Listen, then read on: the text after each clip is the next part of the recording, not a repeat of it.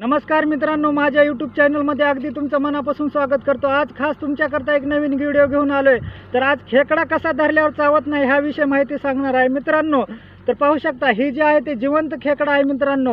आणि ह्याची माहिती देण्याचं कारण असं आहे मित्रांनो, कारण तर ह्याला समोर जर पकडलं तर चावतो मित्रांनो, नाहीतर अशा दोन नांग्या पकडावं लागतात, नाहीतर हे काही असं धरावं लागतं मित्रांनो। कारण तर हे असं पाठीमागं धरलं जास्त ही पण बोट इथं जर आलं मित्रांनो तरी पण चावू शकतो।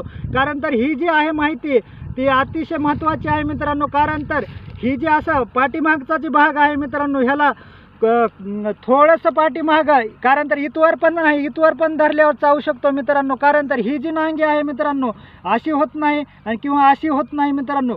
कारण तर त्याकरता माहिती सांगत आहे मित्रांनो। कारण तर ह्याला अतिशय व्यवस्थित पकडावं लागतं मित्रांनो। कारण तर ह्याची नांगी अशी पाठीमागं जास्त येत नाही आणि इकडं समोर पण पाठीमागं जास्त येत नाही, त्याकरता माहिती दिलेली आहे। माझी माहिती कशी वाटली मला लाईक कमेंट करून जरूर कळवा मित्रांनो। कारण तर अशीच मी तुमच्यासाठी नवीन नवीन माहिती घेऊन येतो। कारण तर ही खेकडा जिवंत आहे मित्रांनो। तर बघू शकता मित्रांनो, कारण तर आता हे काही चालाय सुरू झालेला आहे। अशीच मी तुमच्यासाठी माहिती घेऊन येतो। जय हिंद, जय महाराष्ट्र।